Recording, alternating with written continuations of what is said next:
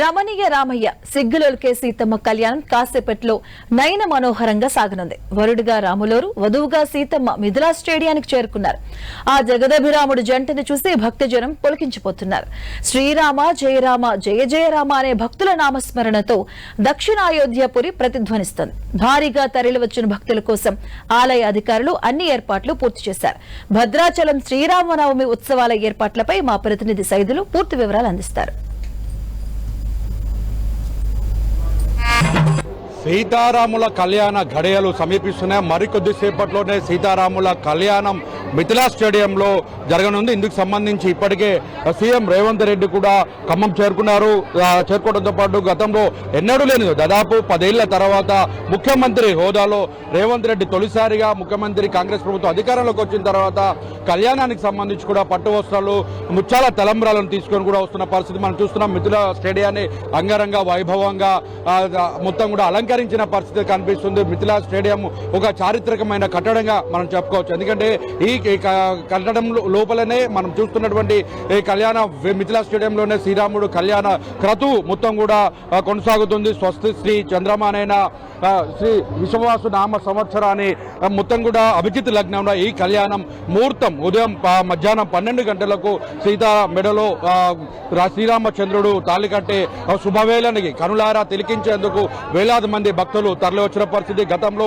ఎన్నడూ లేని విధంగా అంటే మనం చెప్పుకోవచ్చు. ఎందుకంటే గతంలో ఎండ వేడిమి ఉక్కపోత ఎక్కువగా ఉన్నటువంటి పరిస్థితుల్లో అయితే మొత్తం షామ్యాలతో పాటు కూలర్లు ఏర్పాటు చేయడంతో పాటు స్ప్రింక్లర్లను కూడా ఏర్పాటు చేశారు. ఈ స్ప్రింక్లర్లు పూర్తిగా ఎండ ఎక్కువగా ఉక్కపోత ఉన్న ప్రాంతంలో స్ప్రింక్లర్ల నుంచి కూడా గాలి మొత్తం కూడా వాటర్ ఎక్కువగా రావడంతో ఈ ప్రాంతం అంతా కూడా చల్లబడుతున్న పరిస్థితి. 150 రూపాయల సెక్టార్ నుంచి 7,500 రూపాయల వరకు సెక్టార్ ను కూడా ఏర్పాటు చేసిన పరిస్థితి ఉంది. భక్తులు 2 తెలుగు రాష్ట్రాలతో పాటు ఛత్తీస్గఢ్, ఒరిస్సా నుంచి మహారాష్ట్ర ప్రాంతం నుంచి కూడా పెద్ద ఎత్తున కూడా తరలి వస్తున్నటువంటి పరిస్థితి అయితే కనిపిస్తుంది. భక్తులు రాకకు సంబంధించిన అన్ని ఏర్పాట్లు కూడా చేసిన పరిస్థితి అయితే ఉంది. మొత్తంగా చూసుకుంటే సీతారాముల కళ్యాణానికి సంబంధించినటువంటి కళ్యాణ క్రతువుకు సంబంధించి దాదాపుగా పోలీసులకు సంబంధించి 2,000 మంది బందోబస్తు కూడా ఏర్పాటు చేస్తారు. మావోయిస్టు ప్రభావిత ప్రాంతం కావడంతోనూ ఒకవైపు మావోయిస్టుల ఎదురుకాల్పులు కుమ్మింగ్ కొనసాగుతున్న నేపథ్యంలో పెద్ద ఎత్తున కూడా భక్తులు వస్తున్న నేపథ్యంలో అనుమానితులందరినీ కూడా పోలీసులు డేగా కన్ను నిఘాలో వాళ్ళందరూ కూడా అదుపులోకి తీసుకుంటున్న పరిస్థితి కనిపిస్తుంది. మొత్తంగా చూసుకుంటుంటే అటు సీఎం, డిప్యూటీ సీఎంతో పాటు దేవాదాయ శాఖ మంత్రి ఏపీ నుంచి కూడా అంటే ఏపీ రాష్ట్ర ప్రభుత్వం నుంచి కూడా టీటీడీ చైర్మన్ పూర్తిగా పట్టు వస్త్రాలు, తలంబ్రాలు కూడా తీసుకొస్తున్న పరిస్థితి. మొత్తంగా చేనేత కార్మికులు తయారు చేసినటువంటి సిరిసిల్ల చేనేత కార్మికులు చేసిన పట్టు చీరను కూడా తీసుకొచ్చి ఇక్కడ నేసిన పరిస్థితి. ఆ నేసిన చీరలో కళ్యాణ క్రతువు కొనసాగుతున్న పరిస్థితి. మొత్తంగా చూసుకున్నట్లయితే ప్రత్యేకంగా తలంబ్రాల కోసం అదేవిధంగా లడ్డూలకు సంబంధించి ప్రత్యేక కౌంటర్లను కూడా ఏర్పాటు చేసిన పరిస్థితి అయితే కనిపిస్తుంది. ఓవరాల్ గా చూసుకుంటే మొత్తం కళ్యాణ క్రతువుకు సంబంధించి 9:30 గంటలకు అంటే మొత్తం కూడా ఉత్సవ విగ్రహాలను మిథిలా స్టేడియం తీసుకొస్తారు. మిథిలా స్టేడియంలో నుంచి 12 గంటలకు కళ్యాణం క్రతువు ప్రారంభమవుతుంది. మొత్తం 12 గంటలకు సీతమ్మ మెడలో శ్రీరాముడు కళ్యాణం కట్టేటువంటి శుభవేళ కనులారా తిలకించేందుకు భక్తులు లక్షలాదిగా తరలి వచ్చిన పరిస్థితి కనిపిస్తుంది. మనం చూసిన విజువల్స్ లో కూడా స్పష్టంగా కనిపిస్తుంది. ఎక్కడ ఇబ్బంది లేకుండా ఏర్పాట్లు చేసినప్పుడు కూడా ఒకవైపు భక్తులు మాత్రం ఉచిత దర్శనానికి కోసం వచ్చిన భక్తులు మాత్రం కిలోమీటర్ల బారులుగా నిలబడినప్పటికీ కూడా కళ్యాణం అంటే మొత్తంగా శ్రీరాముని దర్శనానికి మాత్రం అనుమతి ఇవ్వకపోవడంతో ఆందోళన వ్యక్తం చేస్తున్నారు. ఒక్కొక్క మొత్తం కళ్యాణానికి సంబంధించిన దాంట్లో కూడా మిథిలా స్టేడియంలో కేవలం అధికారులకు సంబంధించిన వరకు అనుమతి ఇస్తున్నారు, మిగతా వారికి అనుమతి ఇవ్వడం లేదని కూడా అసంతృప్తిని వ్యక్తం చేస్తున్న పరిస్థితి కనిపిస్తుంది. ఓవరాల్ గా చూసుకుంటే సీతారాముల కళ్యాణ్ కనులారా తిలకించేందుకు పెద్ద ఎత్తున భక్తులు తరలి వచ్చారు. కెమెరామెన్ విజయ్తో సైదులు, 10 టీవీ, భద్రాచలం, మిథిలా స్టేడియం.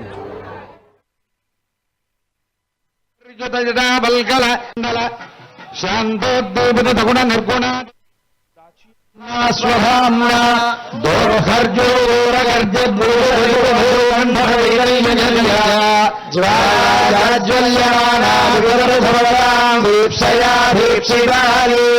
ఆవాహిత శ్రీ పుండరీకాక్షాయ నమః, శ్రీ సుదర్శనాయ నమః. మంత్రన్యాసం కుర్యాత్. ఇక మిథిలా స్టేడియానికి చేరుకున్న ఈ శ్రీరామచంద్రమూర్తి అలాగే సీతమ్మ విగ్రహాలు కూడా మరి కాసేపట్లో ఆ క్రతువు కూడా ప్రారంభమవుతుంది. అలాగే మనతో పాటు స్టూడియోలో ఉన్నారు ప్రముఖ ఆధ్యాత్మికవేత్త రామకృష్ణ మూర్తి గారు. వారితో మాట్లాడదాం. నమస్తే అండి. జానక్య కమలామలాంజలి పుటే యా శుభ్ర యా పద్మరాగాయితాః న్యస్తా రాఘవమస్తకే చ విలసత్కుంద ప్రసూనాయితాః స్వస్తా శ్యామల కాయకాంతి కలితాయ ఇంద్రనీలాయితాః ముక్తాస్తా శుభదా భవంతు భవతా శ్రీరామ వైవాహికాః. గురుగారు మరి కాసేపట్లో కళ్యాణం ప్రారంభమవుతుంది అంగరంగ వైభవంగా. ప్రతి గ్రామంలో కూడా రామ మందిరం మనం చూస్తాం. రాముల వారి అవతారం అసలు రామాయణం ఏం చెప్తుంది అంటే మీరేం చెప్తారు? రామావతారం మానవ జన్మ సార్థక్యత కోసం మానవుడు ఎలా సాధన చెయ్యాలో, ధర్మ మార్గాన ఎలా ప్రయాణం చెయ్యాలో చెప్పేటువంటి అవతారమే కాకుండా మానవ జీవితం యొక్క ఔన్నత్యం ఏమిటో జగత్తుకి తెలియజేసేటువంటి అవతారం. ఎందుకంటే రావణాసురుడు 10,000 సంవత్సరాలు తపస్సు చేస్తాడు. ఒక్కొక్క సంవత్సరము ఒక్కొక్క శిరస్సును ఖండించి అగ్నికి ఆహుతి చేస్తూ బ్రహ్మదేవుడిని ప్రార్థిస్తాడు. 9 శిరస్సులు ఖండించిన తర్వాత బ్రహ్మదేవుడు ప్రత్యక్షం అవుతాడు. నీకు ఏం వరం కావాలో కోరుకోమంటాడు. నహి శత్రు మృత్యు సమం అమరత్వం అహం రుణే అని అడుగుతాడు. మృత్యువుని మించిన శత్రువు ఇంకొకటి లేదు, కాబట్టి అమరత్వాన్ని నాకు ప్రసాదించమంటాడు. అంటే అది అసాధ్యము, జాతస్య మరణం ధ్రువం, పుట్టినవాడు చావాల్సిందే. ఇంకేదన్నా కోరుకోమంటే సుపర్ణనాగయక్షానాం దైత్యదానవ రక్షసాం అవధ్యోయం ప్రజాధ్యక్షః దేవతానాంచ శాశ్వత. నాకు గరుడులతో, దైత్యులతో, దానవులతో, వీళ్ళెవ్వరితో మృత్యువు లేకుండా వరం ఇమ్మని అక్కడ ఆగలేదు. తృణభూతాహితే మన్యు ప్రాణినో మానుషాదయ. నాకు మానవులతో మృత్యువు వద్దు అని నేను ఎందుకు కోరుకోవటం లేదు అంటే మానవులంతా నా గడ్డి పొరకతో సరితూ గారు వానరులు నరులును వదిలిపెట్టేస్తారు. ఎప్పుడైతే మానవుడిని అంతగా ఆ అసురుడు అవమానించాడో అందరిలో కొలువై ఉన్న పరమాత్మకు ఆగ్రహం రాకుండా ఎలా ఉంటుంది? అందుకే దశవర్ష సహస్రాణి దశవర్ష శతాని చ వత్స్యామి మానుషే లోకే పాలయం పృథివీమిమాం. 11,000 సంవత్సరాలు ఈ భూమండలం మీద నేను ధర్మబద్ధంగా పరిపాలన కొనసాగించి ఏ విధంగా జీవితాన్ని గడిపితే నీ జీవితం చరితార్థమవుతుందో తెలియచేస్తానని దేవతలకు వరమిచ్చి మరి భూమండలం మీద మానవుడిగా జన్మించాడు. మునులంతా వచ్చి రామమూర్తితో అంటారు, నువ్వు మానవుడి కాదు, సాక్షాత్తు శ్రీమన్నారాయణుడు. అంటే ఆత్మానం మానుషం మన్యే రామం దశరథాత్మజం అంటాడు. మానవుడిని దశరథ కుమారుడే మానవుడనే చెబుతాడు, కానీ నేను భగవంతుడిని అంటే మానవుడే మహనీయుడు. నీ మానవత్వం అనేది కొన్ని కోట్ల జన్మల తర్వాత నీకు సిద్ధించిన వరం. మా అంటే వద్దు, నవ అంటే కొత్త, జన్మ అంటే పుట్టుక. మళ్ళీ పుట్టుక లేకుండా చేసుకునే అద్భుతమైన వరం ఈ మానవ జన్మ. కాబట్టి దీని ఔన్నత్యాన్ని చాటి చెప్పటం కోసం సాక్షాత్తు శ్రీమన్నారాయణుడే భూమండలం మీద అవతరించినటువంటి పుణ్య పవిత్ర ముహూర్తమే శ్రీరామ నవమి. అందుకే ఇంత ఉత్సాహంగా మనం ఉత్సవం జరుపుతాం. అంటే రామాయణ ఈ కళ్యాణం కూడా ఉత్సాహాన్ని ఎందుకు జరుపుకోవాలంటారంటే దాన్ని కూడా కథలు చెప్తారు పురాణ ఇతిహాసాలు. అంటే రాములు వారు అయోధ్యను విడిచెళ్ళినప్పుడు కూడా కడుపులో ఉన్నటువంటి బిడ్డ కూడా ఏడ్చింది, చెట్లు కూడా ఆయన వైపు, అంటే జీవరాశులు కూడా ఆయన వెంటనే నడిచాయి. అందులో ఆయన తిరిగి వచ్చేటప్పుడు కూడా సంతోషంగా మన ఉత్సవాలు జరుపుకోవాలన్న నేపథ్యంలోనే అంతగా ఉత్సవాలు చేసుకుంటారని ఇతిహాసాలు కూడా చెప్తారు. అవును, నిజానికి శ్రీరామనవమి అనేది జ్యేష్టం రామం మహాత్మానం భరతం కైకేయీసుతం సౌమిత్రం లక్ష్మణమితి శత్రుఘ్నం అపరం తథా వశిష్ఠ పరమప్రీతో రామాని కృతవాన్ తదా అని చెప్తాడు రామాయణంలో వాల్మీకి.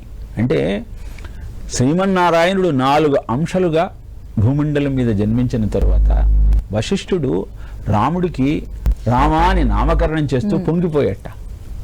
ఎందుకు అంటే ఈ రామనామమే తారక మంత్రమై జనులందరినీ తరింపజేస్తుంది కనుక అలాంటి అద్భుతమైన మంత్రాన్ని ప్రపంచానికి ఇవ్వబోతున్నాను అని మురిసిపోయట. కాబట్టి అలాంటి అద్భుతమైన రామచంద్రమూర్తి యొక్క ప్రస్థానం, ఆయన జీవితం మన అందరికీ కూడా మార్గదర్శకం కావాలి. మీరు అన్నట్టు ఆయన అయోధ్యను వదిలి వెళ్ళేటప్పుడు సకల జంతురాశి కూడా భోరు భోరున ఏడ్చింది. తిరిగి అయోధ్యకు తిరిగి వచ్చినప్పుడు అందరూ సంతోషించి ఉత్సవం జరుపుకున్నారు. నిజానికి ఈ కళ్యాణం చేయటం అనే సాంప్రదాయం దక్షిణాదినే ఎక్కువగా కనబడుతుంది. ఉత్తరాదినంతా జన్మదినోత్సవాన్ని జరుపుకుంటారు. కళ్యాణాన్ని ఎందుకు చేయాలి అంటే, రామదాసు భద్రాచలంలో రామమందిరాన్ని నిర్మాణం చేసిన తర్వాత ఉత్సవాన్ని జరుపుతూ కళ్యాణ మహోత్సవాన్ని జరిపిస్తే తానీషాయే కానుకలు పంపించాడు.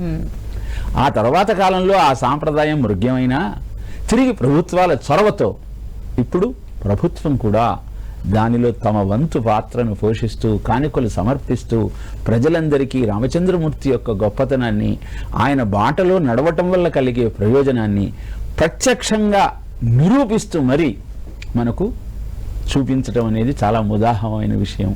ఏ రాజైనా ఏ ప్రభు అయినా ఆ రామచంద్ర ప్రభు యొక్క కృపా కటాక్ష వీక్షణ లేందే ఎలా ధర్మబద్ధమైనటువంటి జీవనాన్ని పరిపాలన కొనసాగిస్తాడు.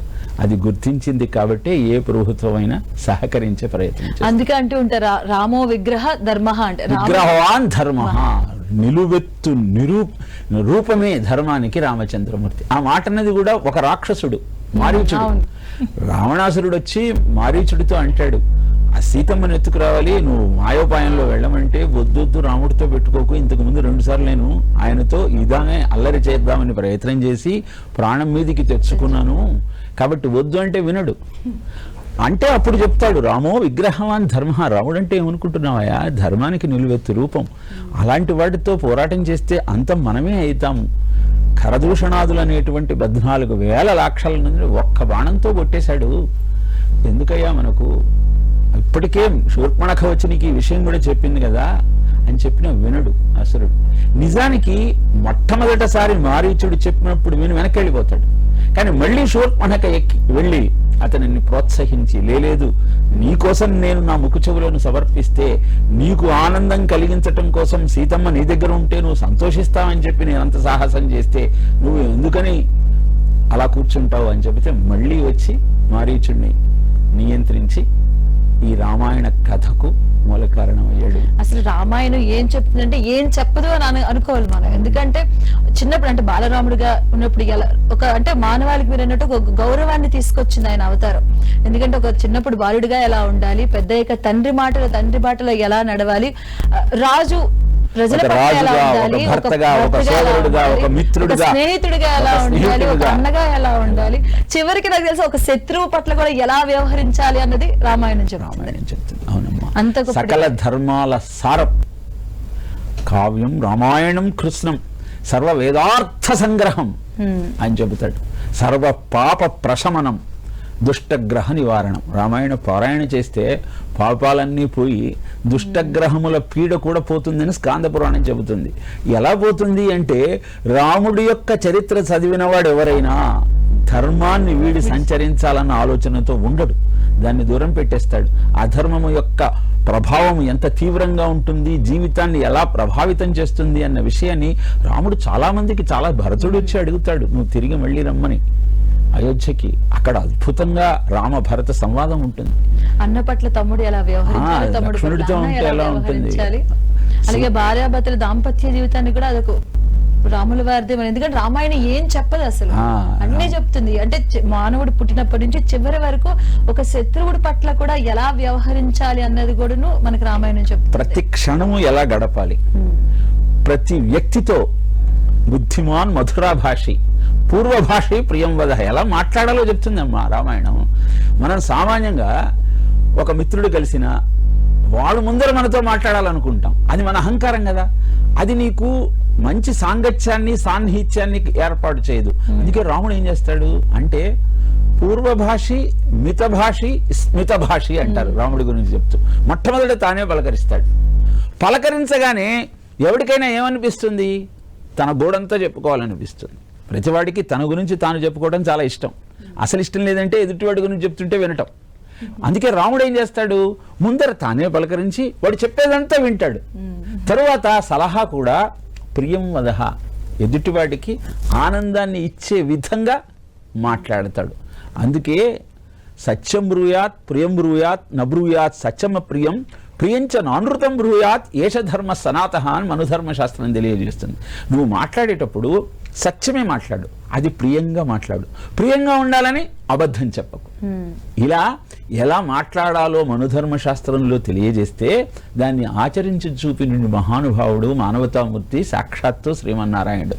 ధర్మజ్ఞశ్చ కృతజ్ఞశ్చ సత్యవాక్యో ప్రియవ్రతః చారిత్రేణ చ కో యుక్తః సర్వభూతేషు కో హితః అని 16 సుగుణాల సారం ఎవరు అని తపస్వాధ్యాయ నిరతం. ఇప్పుడున్న వాళ్ళకి చెప్పాలంటే ఒక ఐడియల్ పర్సన్ ఎలా ఉండాలని అడుగుతుంటే ఇప్పుడు జనానికి అర్థం కావాలంటే ఇప్పుడున్నటువంటి జనరేషన్ వాళ్ళ లాంగ్వేజ్ లో చెప్పాలంటే ఐడియల్ పర్సన్, తెలుగులో అయితే ఆదర్శమూర్తి రామమూర్తి.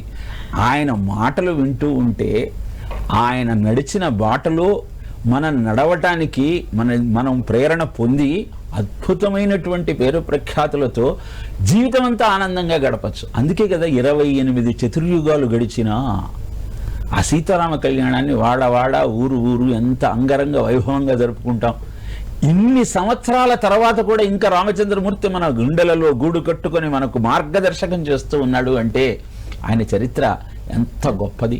అక్కడ ఒక్కొక్కళ్ళు మాట రాముడే కాదు, రాముడిని అనుసరించి ముందుకు నడుస్తున్న ప్రతివాడు కూడా అలానే మాట్లాడతాడు. లక్ష్మణుడితో ఆ నగలలో ఏవి నీకు తెలుసు చూడమంటే నాహం జానామి కేయూరం, నాహం జానామి కుండలం, నూపురం అభిజానామి నిత్యం దర్శనకాంక్షయ.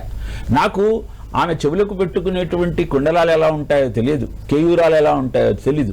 ఒక్కటి మటుకు నాకు తెలుసు, ఆమె పాదాలకు పెట్టుకున్న గజ్జల మటుకు ఎలా ఉంటాయో నాకు తెలుసు. ఎందుకంటే ప్రతినిత్యము నేను ఆమె పాదాలకు నమస్కారం చేస్తాను. ఇది నిజంగా ప్రతివాడు జాగ్రత్తగా వినగలిగితే ఒక స్త్రీని ఎలా గౌరవించాలి, ఎలా పూజించాలి అన్న సత్యం మనకు తెలుస్తుంది. పితృదర్శన నిర్దేశాత్ పితృవచన కారణాత్ వచనం కౌశికస్యేతి కర్తవ్యం అవిశంకయ. తాటకిని చంపమంటాడు విశ్వామిత్రుడు. స్త్రీని చంపచ్చా, తప్పు కదా అని ఒక్క క్షణం ఆలోచించి నాన్నగారు ఏం చెప్పారు, గురువుగారు ఏం చెప్తే చేయమన్నారు. కాబట్టి గురువుగారు ఏం చెప్తున్నారు, తాటకిని వధించమంటున్నారు, కాబట్టి నేను వధిస్తాను. అందుకే ధర్మం అన్న పేరు వచ్చిన ప్రతి చోట రాముల వారి పేరు ఖచ్చితంగా ఉంటుంది, వినిపిస్తుంది కూడా. ధర్మానికి మారుమూర్తి రామమూర్తి కనుక రామాయణాన్ని పాఠ్యాంశం చేసి ప్రతినిత్యము విద్యార్థులతో చదివించగలిగితే ఈ నిర్భయ చట్టాల అవసరం ఉండదు. ఈ దురాచారాలతో దుష్ట సాంగత్యంతో పిల్లలు పాడయ్యేటువంటి అవకాశము ఉండదు. కావలసినది ఏమిటి అంటే సరి అయిన సాహిత్యాన్ని చక్కగా పిల్లలకు అందించే ప్రయత్నం చొరవ తీసుకొని అందరూ చేయగలిగితే ప్రభుత్వంతో సహా సమాజం అద్భుతంగా ఉంటుంది. టీవీలో కూడా రామాయణ మహాభారత ఇతిహాసాలు అనేవి వస్తూ ఉండేవి. మా చిన్నతనంలో రేడియోలో పురాణ కాలక్షేపంలో రామకథ చెప్తూ ఉండేవాళ్ళు, రామాయణం వింటూ ఉండేవాళ్ళం, రామాయణ ప్రవచనాలు సాగుతూ ఉండేవి. అలాంటివన్నీ ఆ సాంప్రదాయాలన్నీ కూడా కొంచెం కొంచెంగా ఏవం పరంపరా ప్రాప్తం ఇమం రాజర్షయో విదుహు సకాలే నేహమహదా యోగో నష్ట పరం తప అంటాడు భగవద్గీతలో. కాలానుగుణంగా అవి కొంచెం కొంచెం మృగ్యమవుతున్న నేపథ్యంలో ఇలా సీతారామ కళ్యాణం జరుపుకుంటూ ఆ రామచంద్రమూర్తి యొక్క వైభవాన్ని, సీతమ్మ యొక్క సౌశీల్యాన్ని మనం అనేక మాధ్యమాల ద్వారా ప్రజలకు అందజేయగలిగితే వాళ్ళ జీవితాలు అష్టైశ్వర్యాలతో అఖండమైనటువంటి ఆయురారోగ్యాలతో వృద్ధల్లుతాయి అనటానికి ఎలాంటి సందేహము లేదమ్మా. అంటే ఆయన గొప్పదాని గురించి చెప్పుకోవాలంటే శ్రీరామచంద్రమూర్తి అది ఏ గ్రామమైనా, ఒక 100 గడపలు ఉన్న గ్రామమైనా ఖచ్చితంగా రామాలయం అనేది ఉంటుంది. దాని వెనుక ఏమైనా కథ ఉందా గురుగారు? రామాలయాన్ని ప్రతి ఊరిలో ఉంచడానికి కారణం ఏమిటంటే ప్రతి మనిషి ఏదో ఒక సమయంలో ఏం చెయ్యాలో తెలియనటువంటి ఒక అయోమయ స్థితికి వస్తాడు. కార్పణ్య దోషోపహత స్వభావ పృచ్ఛామి త్వాం ధర్మ సమ్మూఢ చేతా యత్ శ్రేయ నిశ్చితం బ్రూహి తన్మే శిష్యస్తేహం సాధిమాం త్వాం ప్రపన్నమని అర్జునుడు కృష్ణుడిని అడుగుతాడు భగవద్గీతలో. నాకు ఏం చేయాలో అర్థం కావట్లేదయా, నాకు మార్గాన్ని నువ్వే చూపించాలని. ఇలాంటి ధర్మ సంకటం ప్రతి ఒక్కడికి వస్తుంది. మరి ధర్మ సంకటం నుంచి బయటపడాలి అంటే అలాంటి సంఘటనలను ఎదుర్కొని అక్కడ ఎలా ప్రవర్తించాలో తెలుసుకునే విధంగా ఎవరైనా జీవితాన్ని గడపగలిగితే వారి జీవితం మనకు ఆదర్శం అవుతుంది. నారదుణ్ణి వాల్మీకి ఇదే అడుగుతాడు, ఎవరు అన్ని మంచి లక్షణాలు కలిగిన వాడు, అలాంటి మంచి లక్షణం వాడు ఎవరైనా ఉన్నారు అసలు? పునస్మిన్ సాంప్రతంలోకే గుణవాన్ కశ్య వీర్యవాన్, ఎవడున్నాడా ఈ లోకంలో అంటే నారదుడు 100 శ్లోకాలతో రామచంద్రమూర్తి యొక్క గాథను వివరిస్తాడు. కనుక ప్రతి ఊళ్ళో రామాలయం ఉండటం అంటే ఏదో ఉట్టిగా పెట్టుకుని షోడశోపచారాలతో పూజ చేయటం ఒకటే కాదు. ఆయన అద్భుతమైన జీవితం, ఆయన నడకే రామాయణం అంటే, రాముడి యొక్క ఆయనము రామాయణం, ఆయన నడిచిన బాట, దాన్ని మనం జ్ఞాపకం చేసుకుంటూ మన జీవితాన్ని సంస్కరించుకోవాలన్న సంకల్పంతో అద్భుతమైన రామాలయ నిర్మాణాన్ని ప్రతి చోట చేయటమే కాదమ్మా, రామాలయాన్ని తిరిగి నిర్మించుకోవాలని కొన్ని 100 సంవత్సరాలు పోరాటం చేసి ఈ రోజు అయోధ్యలో మనం అద్భుతమైన రామచంద్రమూర్తి యొక్క ఆలయాన్ని నిర్మాణం చేసుకున్నాము అంటే ప్రతివాడు హృదయంలో ఆ రామచంద్రమూర్తి యొక్క ఆలోచన, ఆయన యొక్క స్ఫూర్తి ఎంతగా నిబిడీకృతమైందో మనం అర్థం చేసుకోవచ్చు. అందుకే ప్రతి ఊళ్ళో రామాలయాన్ని నిర్మించుకుంటాం. రామచంద్ర చెప్పిన దానికి ఇంతకు ముందు కూడా అంటే భారతదేశం అంటే సనాతన ధర్మం, సనాతన ధర్మానికి నాంది. అలాంటి చోట రాముల వారికి జన్మస్థలం లేదు అని ఒక కించపరిచేలా మాట్లాడిన రోజుల నుంచి పోయాయి అవన్నీ. ఇప్పుడు ఎంతో అంగరంగ వైభవంగా అయోధ్యలో రామస్వామి వారికి సంబంధించినటువంటి కృతులు కూడా జరుగుతున్నాయి. ఇక భద్రాచలంలో శ్రీరామనవమి బ్రహ్మోత్సవాలు కన్నుల పండుగ జరుగుతున్నాయి. కళ్యాణ క్రతువు కూడా ప్రారంభమైంది. కాసేపట్లో రాములోరి కళ్యాణానికి ప్రభుత్వం తరపున ముఖ్యమంత్రి రేవంత్ రెడ్డి పట్టు వస్త్రాలు కూడా సమర్పించనున్నారు, తలంబ్రాలు కూడా సమర్పించనున్నారు. ఇక శ్రీరామనవమిని పురస్కరించుకుని శ్రీరాముడి జీవిత చరిత్రను, రామాయణాన్ని, అలాగే కళ్యాణ విశిష్టతను తెలియజేయడానికి మనతో పాటు గురువు గారు సిద్ధంగా ఉన్నారు. గురుగారు, అంటే కళ్యాణ క్రతువు నార్మల్ గా మనం వివాహ వేడుకలు చూస్తూ ఉంటాం, ఇప్పుడు రాముల వారికి నిర్వహించేది కూడా అలాగే ఉంటుందా? ఏమేమి ఉంటాయి అందులో? కళ్యాణ క్రతువు ఎక్కడైనా అదే సాంప్రదాయాన్ని పాటిస్తూ ముందుకు సాగుతుంది. అసలు ఎందుకని మనం ఈ సీతారామ కళ్యాణ మహోత్సవాన్ని కన్నుల పండుగగా జరుపుకునే ప్రయత్నం చేస్తున్నామని ప్రశ్నించుకుంటే, భారతీయ జీవన విధానానికి గృహస్థాశ్రమం యొక్క ప్రాధాన్యత ఏమిటో తెలియచేయటం కోసం, ఏ విధంగానైతే సీతారాముల యొక్క అన్యోన్య దాంపత్యం అందరికీ ఆదర్శంగా నిలుస్తుందో అన్న విషయాన్ని తెలియజేయటం కోసం. భారతంలో అరణ్యపర్వంలో యక్షుడు ధర్మరాజును ఒక ప్రశ్న వేస్తాడు.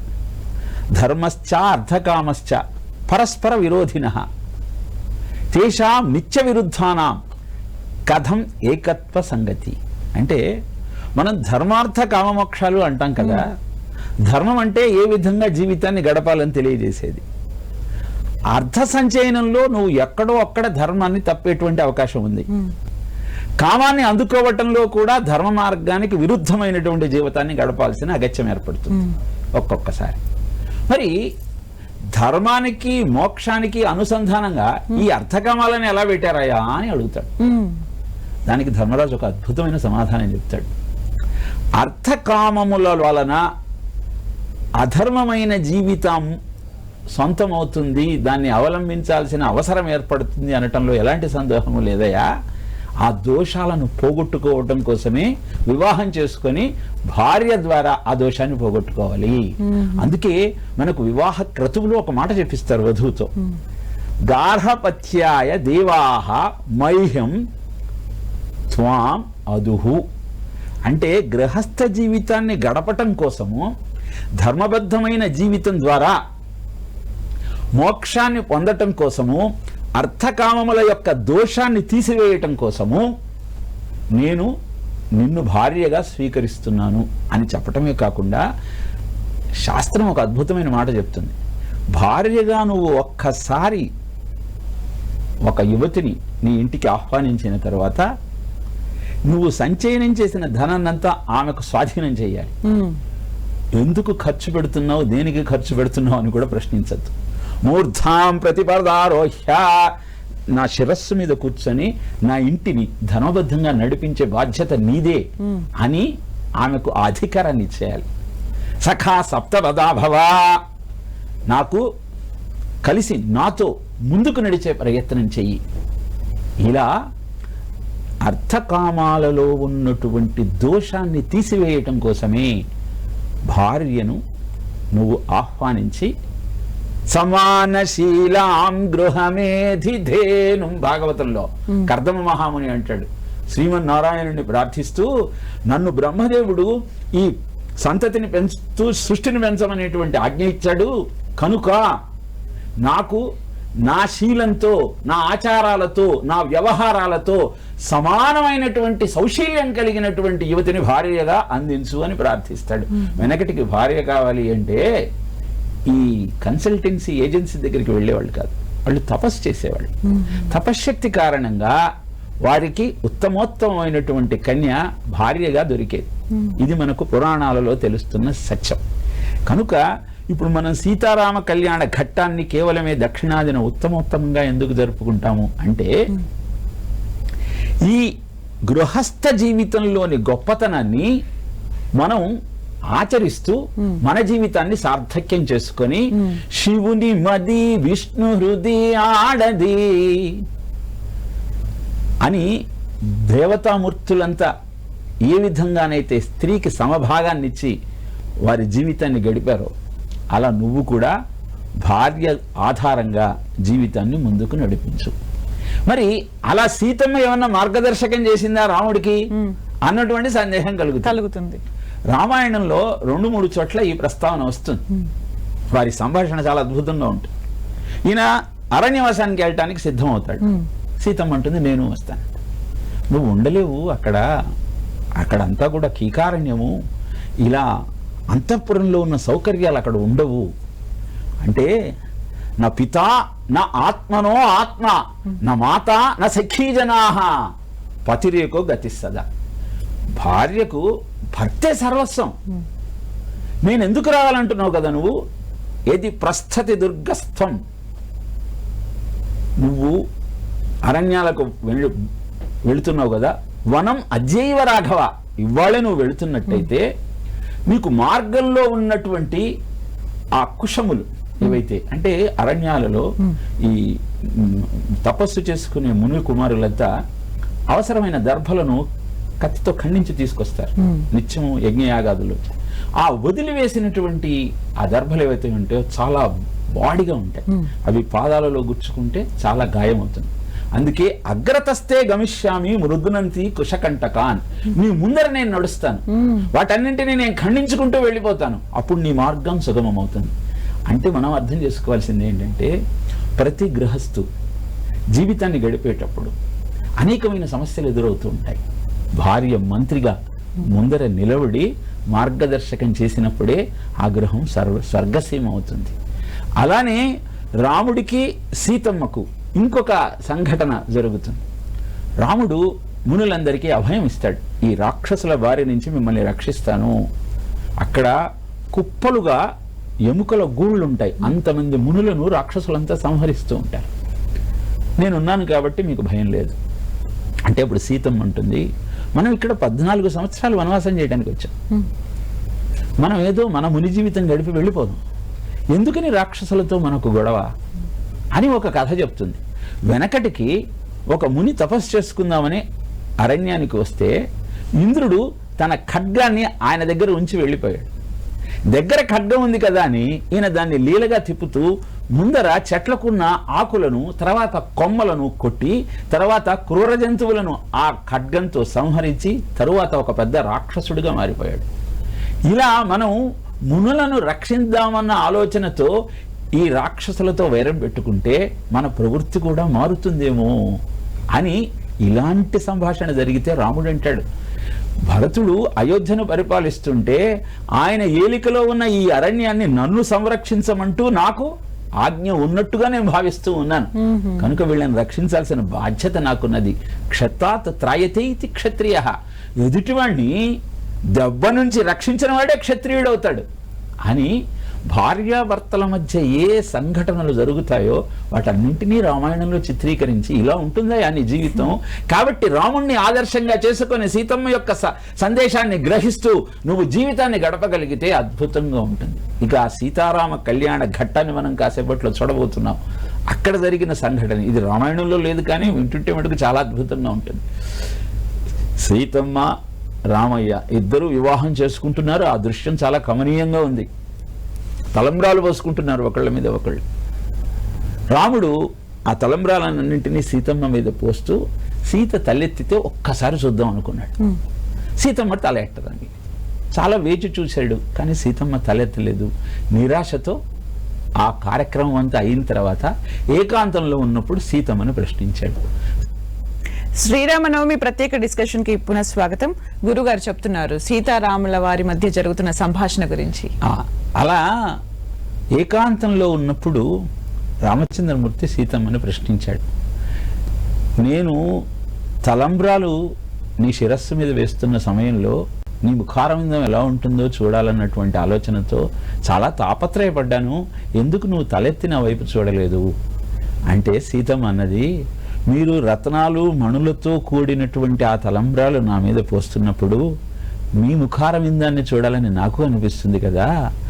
ఆ రత్నాలలో మీ ముఖారవిందాన్ని చూస్తూ నేను పరవశించిపోతున్నాను. అప్పుడు తల నేను ఎలా ఎత్తగలను? చూస్తున్నా కొద్దీ చూడాలనిపించేది కదా మీ దివ్యమంగళ విగ్రహము.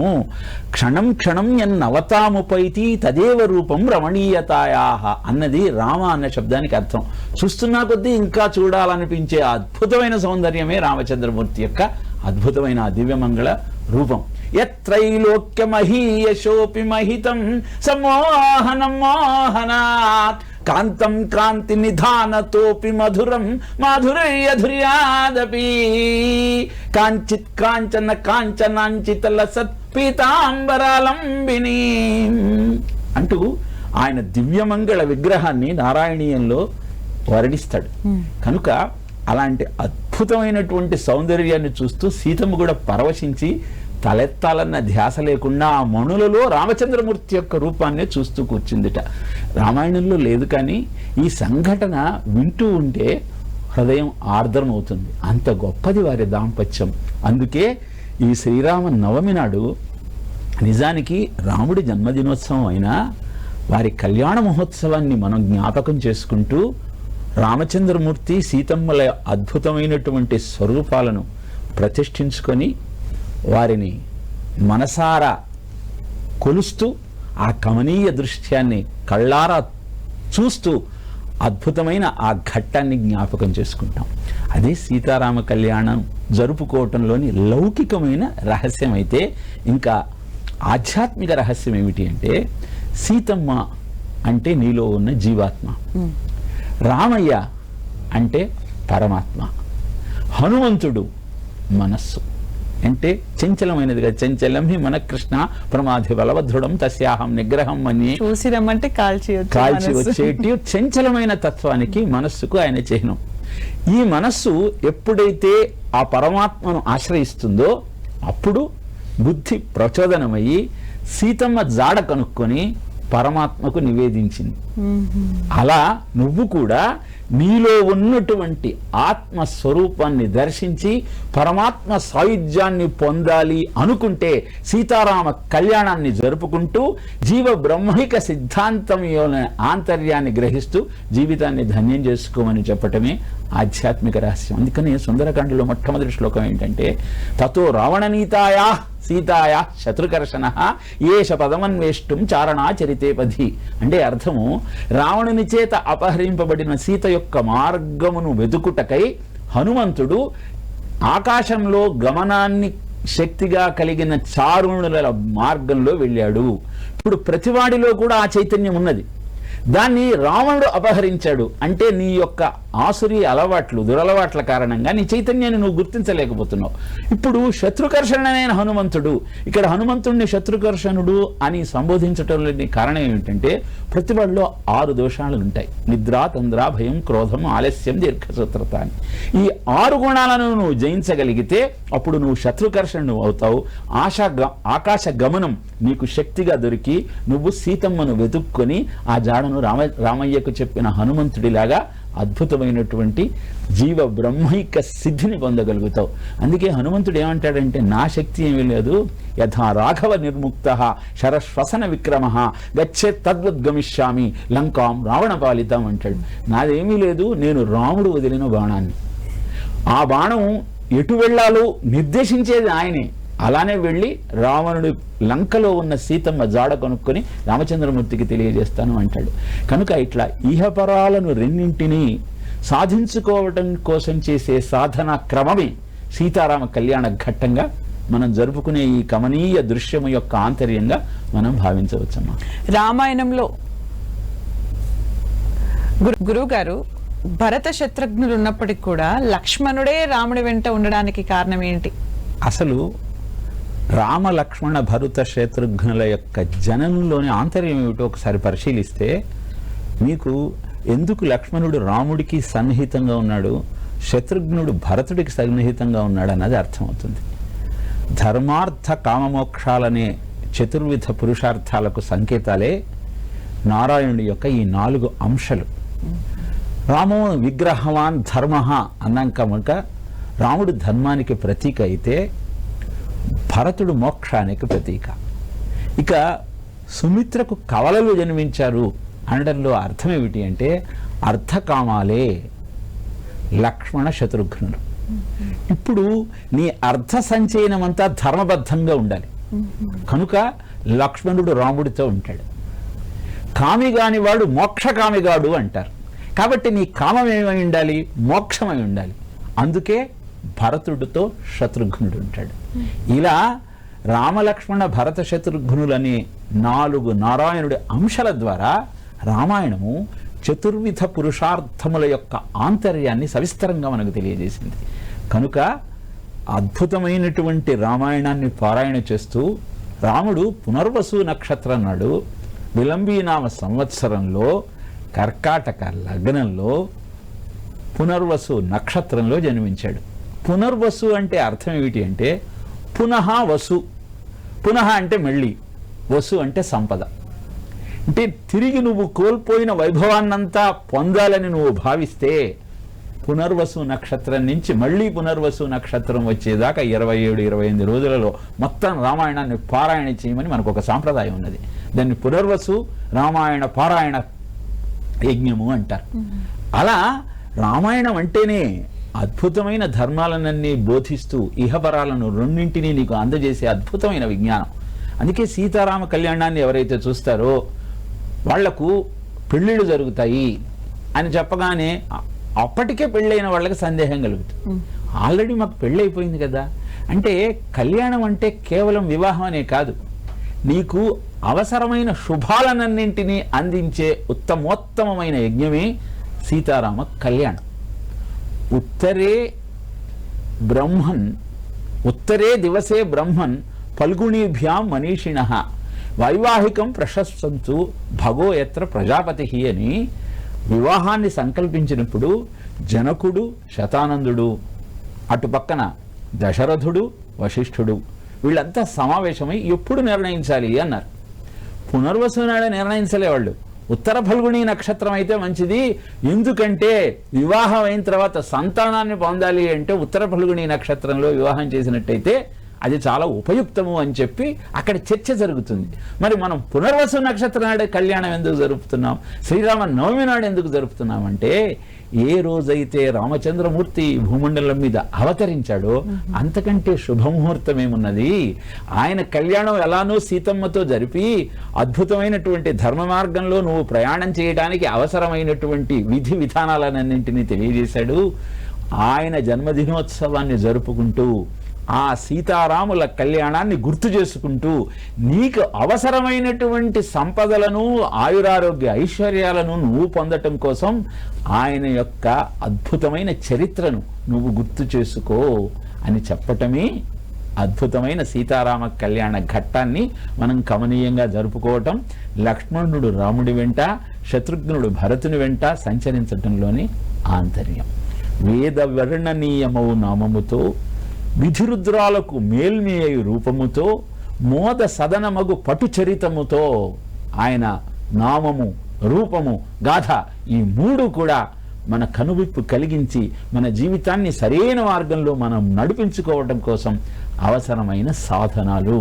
అందుకే ఆయన నామాన్ని కీర్తిస్తూ ఆయన రూపాన్ని ధ్యానిస్తూ ఆయన చరిత్రను పఠిస్తూ రామామొక్కులు నీదు నామమునకున్ రమ్యాంఘ్రి పద్మాలకున్ శ్రీమన్ మంజులమైన మేనికి ధనుల్లిలా కళాకేళికిన్ నీ మర్యాదకు ధర్మనిష్టకు రసోద్వేలంబు నీగాధకున్ ప్రేమన్ నీ పరివారమంతటికి శౌరీ రామచంద్ర ప్రభో శౌరీ రామచంద్ర ప్రభో అంటూ ఆయనను తలుచుకునే ప్రయత్నం చేద్దామమ్మా. రామాయణాన్ని అంటే మీరు అంతరార్థంగా ఉన్న విషయాలు చెప్తేనే అందులో ఉన్న పరమార్థం అర్థమవుతుంది. ఒక కథగా చూస్తే ఎన్నో డౌట్స్ వస్తూ ఉంటాయి అందరికి. మరి అన్ని ముహూర్తాలు చూసి చేసిన వివాహానికి ఎడబాటులు ఎందుకు వచ్చాయి, అరణ్యవాసం ఎందుకు వచ్చింది? వివాహము జరిగిన తరువాత గృహస్థు జీవితంలో ఏ కష్టము లేకుండా ఏ దాంపత్యమైనా నడుస్తుందమ్మా. ధర్మాన్ని ప్రతిష్ఠించటం కోసమే భూమండలం మీద నేను అవతరిస్తాను అని ప్రతిజ్ఞ చేసి దశవర్ష సహస్రాణి దశవర్ష శతాని చ వత్సామి మానుషేలోకే పాలయన్ పృథివీమిమాం అని ప్రతిజ్ఞ చేసి దేవతలను కాపాడతాను అని వాళ్లకు వాగ్దానం చేసి భూమండలం మీద అవతరించినటువంటి రామచంద్రమూర్తి కేవలం ధర్మాలను ప్రవచిస్తూ సీతమ్మతో అయోధ్యలోనే ఉంటే రావణ వధ ఎలా జరుగుతుంది?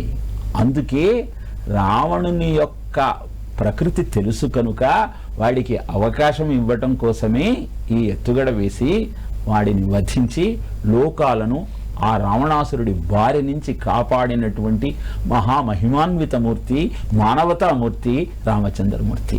అందుకని ముహూర్తం చూసి పెళ్లి చేసినంత మాత్రాన భార్యాభర్తల మధ్య గొడవ కాకపోతే అది అసలు దాంపత్యమే కాదు. ఎందుకంటే భార్య అలగాలి, భర్త బతిమిలాడాలి, భర్తకు కోపం రావాలి, భార్య తన యొక్క ప్రేమతో ఆయనను తన మార్గంలో నడిపించుకోవాలి. ఇదే భారతీయ జీవన విధానంలోని ఆంతర్యమమ్మ. ఇలా యుగ యుగాలుగా నడుస్తోంది కనుకనే వారి దాంపత్యాన్ని గుర్తు చేసుకుంటూ మనం కూడా అద్భుతమైన జీవనాన్ని గడపాలన్నటువంటి స్ఫూర్తిని ఆ కథ ద్వారా పొందుతూ మనం యావత్ స్థాస్యంతి గిరదయ చరితస్య మహీతలే తావత్ రామాయణ కథ లోకేషు ప్రచరిష్యతి అని చెప్పి బ్రహ్మదేవుడు వాల్మీకి వాగ్దానం చేసి, నువ్వు రాసే రామాయణము తరులు గిరులు భూమండలము ఉన్నంతకాలం ఈ భూమి మీద ఉంటుందయా, అందరికీ మార్గదర్శకం చేస్తుంది అని చెప్పిన తరువాత వాల్మీకి రాయటం ప్రారంభించాడు. కనుక అద్భుతమైన మహర్షుల యొక్క ఆ విజ్ఞానమంతా రామాయణంలో రామ కథ ద్వారా మనకు అందజేయబడి భగవత్ తత్వాన్ని కథ ద్వారా మనకు వివరించి మన జీవితాన్ని పునీతం చేయటం కోసం వాళ్ళు ఆశ్రమ జీవనాన్ని గడుపుతూ కందమూలాలు తింటూ అద్భుతమైన గృహస్థ జీవితంలోని వైభోగాన్ని మనకు అందజేసిన నేపథ్యంలో ఋషిపీఠమైన భారతదేశంలో ఆ ఋషులను అందించిన విజ్ఞానాన్ని అర్థం చేసుకొని ఆ బాటలో నడిచే ప్రయత్నం చేద్దాం తల్లి. రామబాణం అని అంటారు దేనికైనా మనం మాట్లాడుతూ ఉంటే. అంత గొప్పతనమా రామబాణం అంటే ఏంటి అసలు? ఎవడైతే ధర్మబద్ధంగా జీవితాన్ని గడుపుతాడో వాడి మాట, వాడి పాట, వాడి బాణం, వాడి చేత అంతా కూడా అద్భుతంగా ఉంటుందమ్మా. రామబాణానికి అంత ప్రాధాన్యత, అంత విశిష్టత, అంత మాహత్యం ఎలా వచ్చింది? ధర్మబద్ధమైన ఆయన జీవితమే ఆయన బాణానికి ఆధారమైంది. అది చెప్పటం కోసమే రామబాణం ఒక్కసారి ప్రయోగిస్తే ఎదుట ఎలాంటి అస్త్రశస్త్రం ఉన్నా అది ఛేదించేస్తుంది. కనుక అద్భుతమైనటువంటి ఈ సత్యాన్ని గమనించగలిగితే ఇంకొక విషయాన్ని ఇక్కడ గమనించాలమ్మా. చాలాసార్లు మనం ఏం చూస్తామంటే రామబాణం ప్రయోగించిన తరువాత అది వృధా కాదు, అది తప్పకుండా ఏదో పని చేసి తీరాల్సిందే అని.